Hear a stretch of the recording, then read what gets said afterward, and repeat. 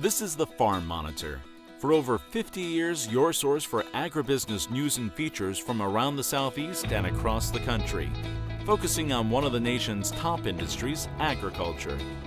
The Farm Monitor is produced by one of the largest general farm organizations, the Georgia Farm Bureau.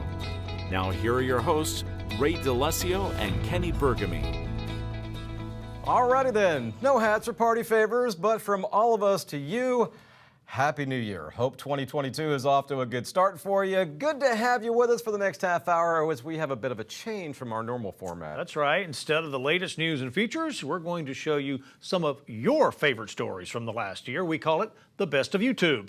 Coming up, for over 50 years, they've gone missing, a variety of apples native to Georgia. But now a new program headed by UGA is bringing them back. At the tender young age of 11, he can drive just about anything that has wheels. However, it's his drive and determination to battle a disease with no cure that makes this Early County farmer an inspiration to everyone he meets. Plus, Ray sits down with a South Georgia farmer and veteran whose military career saw him reach incredible heights and milestones as a member of the Blue Angels. These stories and so much more start right now on the Farm Monitor. Observe and preserve, two goals involving a new orchard in Union County that is now home to apple varieties once grown in Georgia decades ago. In one of our highest viewed stories of 2021, John Holcomb attended the first phase of the planning project and tells us what it could mean for the state. Recently at the Georgia Mountain Research and Education Center in Union County, years of hard work came to fruition as more than 200 trees were planted as part of a preservation orchard, a project that was made possible by a USDA specialty crop grant that will help make sure more than 100 apple tree varieties that were once thriving decades ago, are around for decades to come. A lot of these apples were commonplace 50, 60, 70 years ago. We have records of farmers markets from 1912 with these same varieties that were commonplace in fruit baskets to be sold. And now you can't find them. Why? That question is what drove this research today. Why aren't they here? And could we bring them back? And so over the past 2 years, we've been sourcing material, bringing them back, doing the research, and found verifiable representations of these things. Because you get a lot of phone calls from people say, "Hey, I have this, but can you prove it?" And that was the hard part.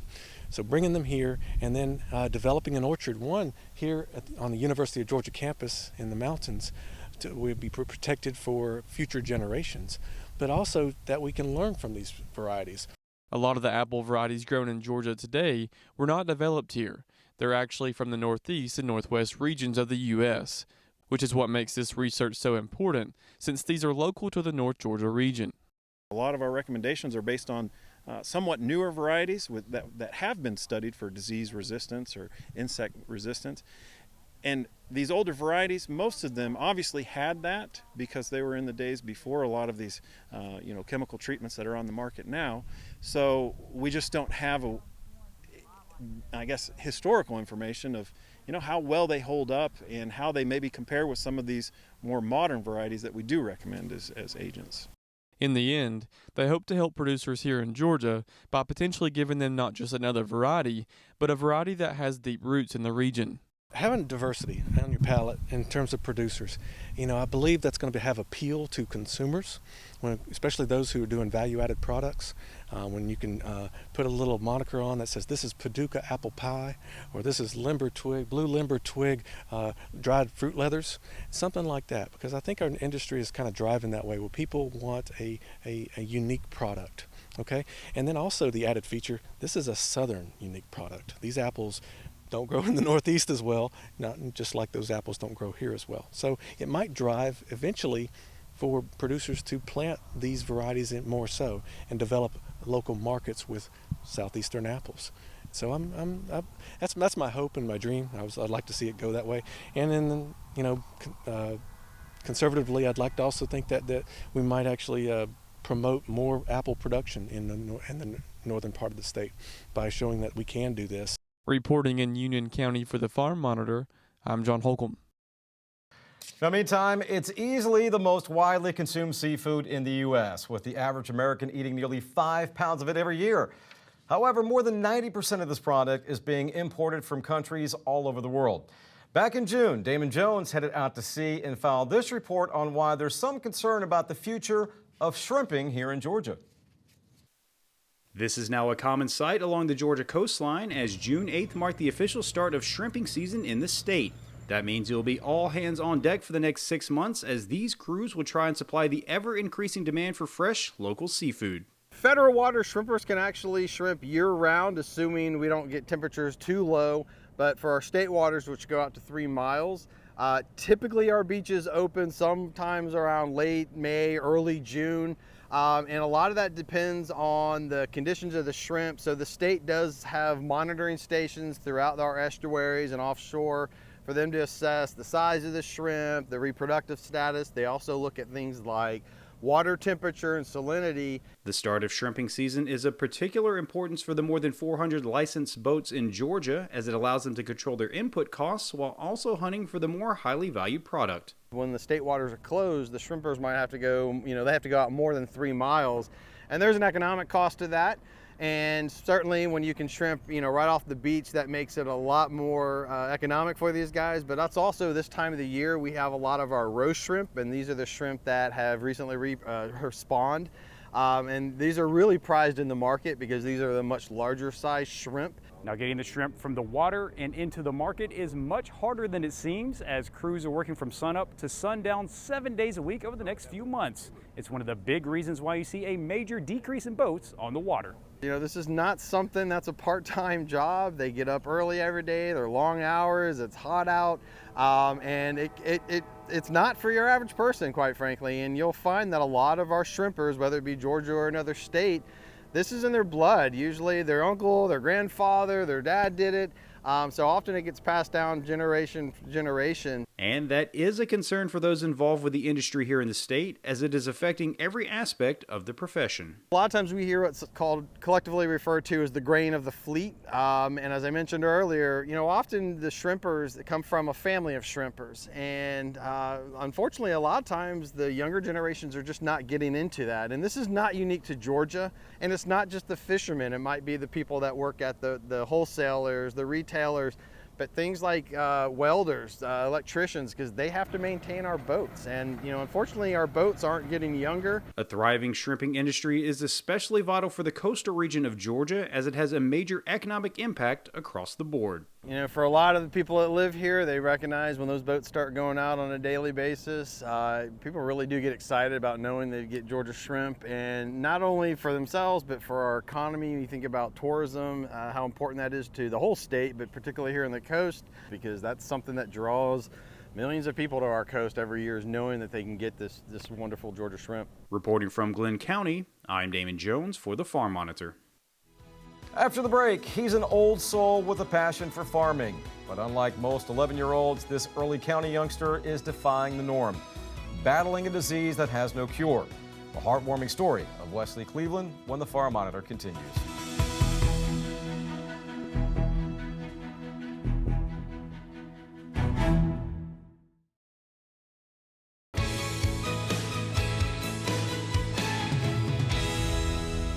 Well, no doubt we've all come across a child that makes a lasting impression on us. Inspires us maybe, makes you think to yourself, that kid is beyond their years.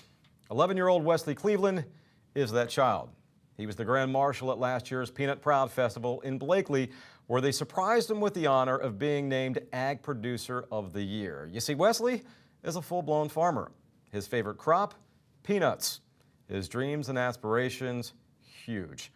Problem is, Wesley's battling a disease that is 100% fatal. But as we first showed you in June, a story that's been viewed thousands of times and counting, there is nothing that will prevent Wesley from doing what he loves the most, and that's tending to his fields and driving his tractors. All right, put it on now.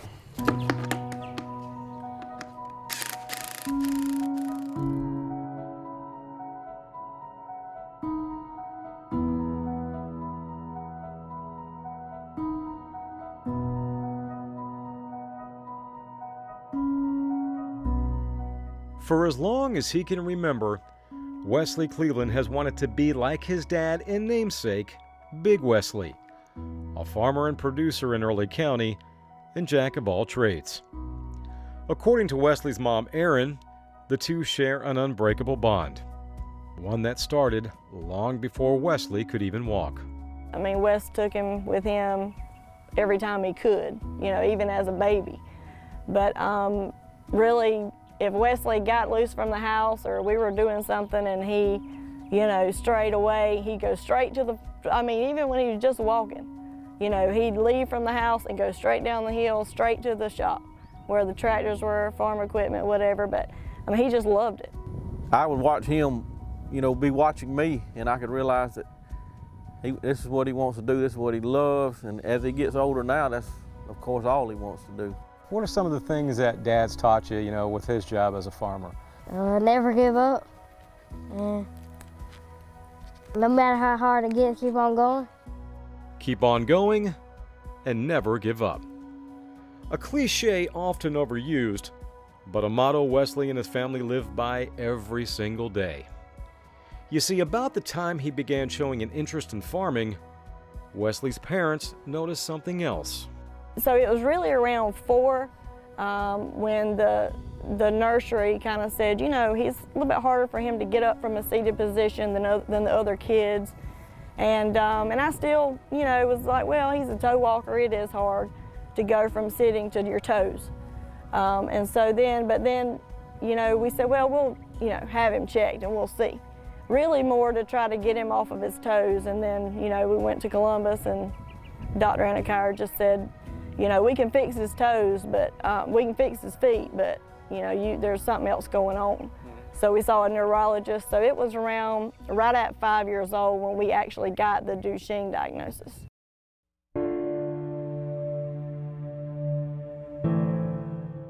Duchenne muscular dystrophy, a rare genetic disorder that affects 1 in every 3,600 children, mostly males, and one that currently has no cure. Over time, a child with Duchenne will experience decreased heart function, a weakened diaphragm, loss of muscle mass, and eventually require a wheelchair.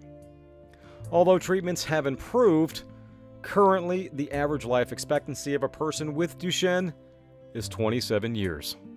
What were those early days like? Well, even when they told us we need to see a neurologist, I mean, we were in Columbus at that time, and we, you know, an hour away from home. All the way home, it was kind of like, you know, what's going on, what could it be, looking it up, trying to figure out like what, and then it was about 2 weeks before we actually got into a neurologist. So he told us, you know, really wasn't nothing you could do, give him steroids, you know, don't let him stay in, let him stay in, don't let him, you know, be outside too physical, you know, he can't recuperate from bruises to his muscles like other kids could. And, but I was like, you know, he loves to be outside. I mean, and if this is what you're saying is going to happen, then we're going to let him do everything he wants to do while he's able to do it. You know, thinking at an early age he wouldn't be able. But he's been in several study trials, and you know, you don't never know if that is the reason why he's able to still do what he does, or if it's just the love for farming and the drive. Typically, a child Wesley's age who's been diagnosed with Duchenne's is extremely limited both physically and in some cases intellectually. Wesley, though, isn't your typical DMS child. Quite the opposite, really. He is in fact very intelligent and very mobile. Dad Wesley says when it comes to operating farm equipment, young Wesley handles the equipment very well and handles himself very well. The planter runs off this, the satellite. This is how you change the farm and the fields right here. That's the last place that we went.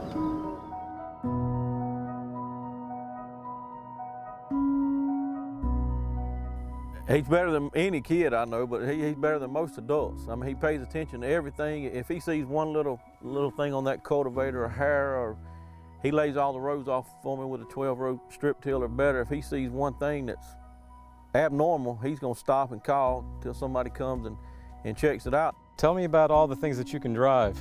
I can drive any tractor that we got, almost, just about, except for the real old ones. Mm-hmm. What's your favorite tractor to drive? The 8370. That's the one that was just there. What do you like about that? It's easier to drive because it it ain't got gears in it, it's got IVT. Wesley is my #1 concern. You know, I've done a lot of stuff. We've traveled a lot of miles to try to get the best, you know, thing for Wesley. You know, we've had some letdowns. I hope and pray that he gets in the different studies, you know, and then when he doesn't get in, you know, I'm kind of, for a minute there, I'm like, oh man, you know, but then I'm like, well, everything happens for a reason. We've been in so many situations and things have happened, and it's just because that's the way it's supposed to be. There ain't no other way to explain it. Well, just like when we plant these peanuts out here, they may make it. They may have a wonderful year, they may not, but we're not going to give up on it till the end. You know, we're going to gather the crop and see what's there. Same thing with him. He's not going to give up. We're not going to give up. We're going to fight it to the end and hopefully come out with a good health, just like we're going to come out with a good peanut crop this year. Just because something doesn't work fine one day don't mean tomorrow ain't going to be any better. You know, just take every day and get the best out of it.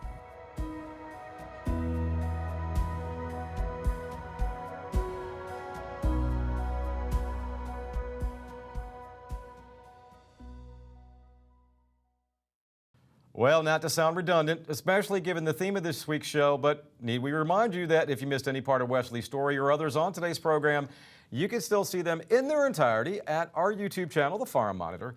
So many good stories to choose from. In fact, the archive dates all the way back to 2009. And while you're there, keep clicking and like the Farm Monitor Facebook page. Also, if you have a story idea or if you just want to leave us a comment or suggestion, send us a message either on Facebook or at the address on your screen. That is news@farm-monitor.com. Well, we have saved the best for last. After the break, the most viewed Farm Monitor YouTube video of 2021. His name forever etched in the rich history of the Blue Angels flying team. The story of Georgia's own Donnie Cochran and why he decided to return home to the farm.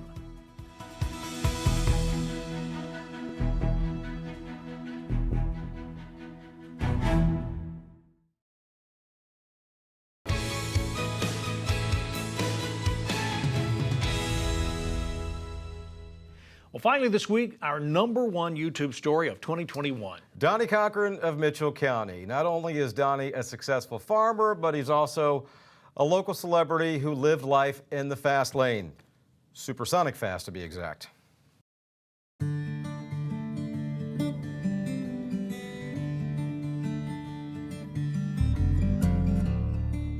Exactly 30 miles north of the Florida-Georgia line sits the quiet, picturesque town of Pelham, Georgia.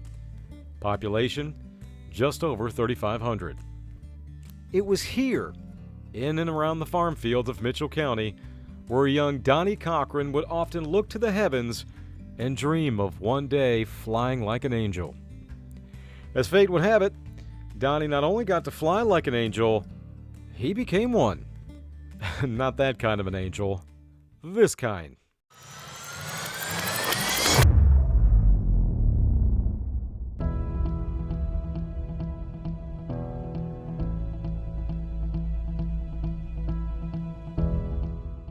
Invariably, during the course of every 3 or 4 weeks, we would have aircraft overfly the farm. I believe we were in an area of a military low-level training route because there were always Navy, Air Force, Marine airplanes that overflew the farm. They were all jets, very few props except crop dusters. And I was out working, and I was inspired every time those jets would swoop by. They were going 300 or 400 miles an hour or knots, and they overflew very low, and that inspired me. And I said to myself when I was working that, you know, would I really want to be down here, or do I want to give a shot at flying one of those airplanes one day? And so, in 1985, Donnie Cochran broke both the sound barrier as well as the color barrier by becoming the first African American to join the Navy's elite and legendary flying team, the Blue Angels.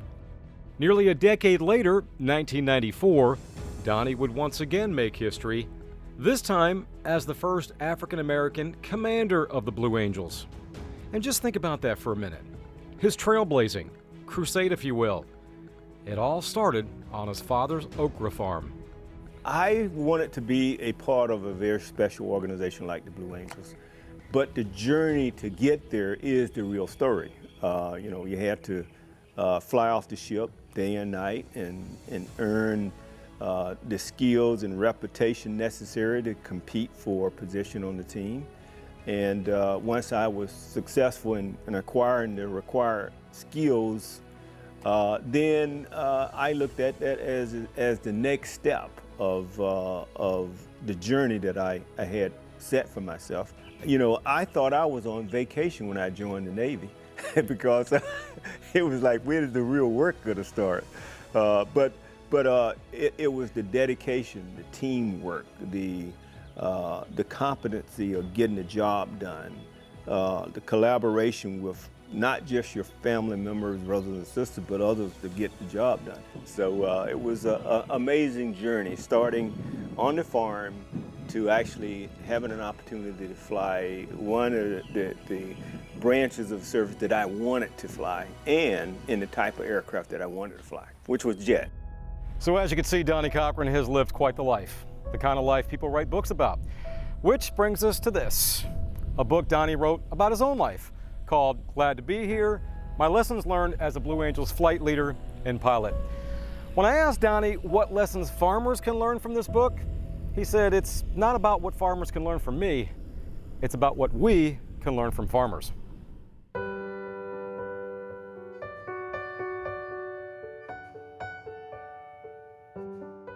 All the lessons that I talk about in here are embedded in what farmers have to do every day, every farming cycle. I talk about the 5 C's of teamwork, for instance, or individual accountability or leadership or trust. All of those values are required for you as a farmer. I mean, because you cannot do it by yourself. You have to have a team, and you have to have partners. You have to have vendors that you can build relationship with and trust. And I cover the 5 C's, and they're very simple: character, competency, commitment, communications, and courage. And courage is something Donnie definitely had as a pilot, especially when you consider he made nearly 700 landings on aircraft carriers, as well as those hair-raising wingtip-to-wingtip formations as a Blue Angel. But with his military career now behind him, Donnie's flying days are pretty much over. About the only thing he pilots now is the trusty old John Deere through his pecan orchard in Mitchell County, a plot of land that dates back generations. You made your way back to the farm. I know it's not full-time, but you Right. still managed to make your way back to the farm. Why come back? Well, it's not about me right now. The farm has been in the family for well over 100 years, and so it is me trying to do a lot of the heavy lifting so that my kids or whoever follow me will have a less strenuous journey to sustain the farm. I want it to be sustainable so that it can take care of itself financially. And I want it to be built such that it is a very good-looking place. I mean, I'm very big on aesthetics and how things look, and I want it to look good. In Mitchell County for the Farm Monitor, I'm Ray DeLessio. That was a lot of fun. Really enjoyed reading his book. Well, folks, that's going to do it for our annual YouTube edition of the show. Next week, we are back with all new stories and a new outlook for 2022. Thanks for watching, everybody. Stay safe, and we'll see you next time right here on the Farm Monitor. Have a great week.